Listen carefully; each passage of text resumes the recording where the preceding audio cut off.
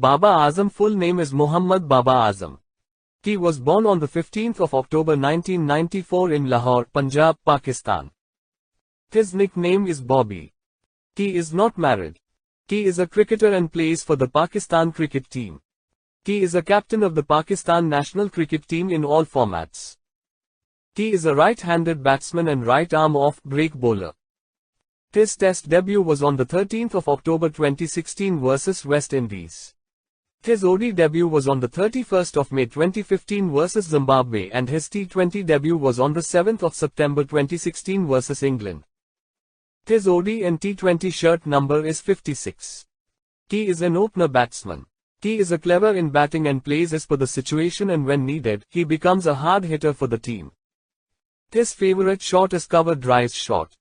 Babar Azam single-handedly helped Pakistan to win many matches with his all-rounder performance. His highest score till today in ODI is 158 and in T20 is 122 and in Test is 196. Till today, in ODI, he made 17 centuries and 22 50s. In Test matches, he made 7 centuries and 23 50s. In T20, he made 2 centuries and 29 50s. He is the only batsman in the world who is currently in the top 5 of the ICC rankings in all formats.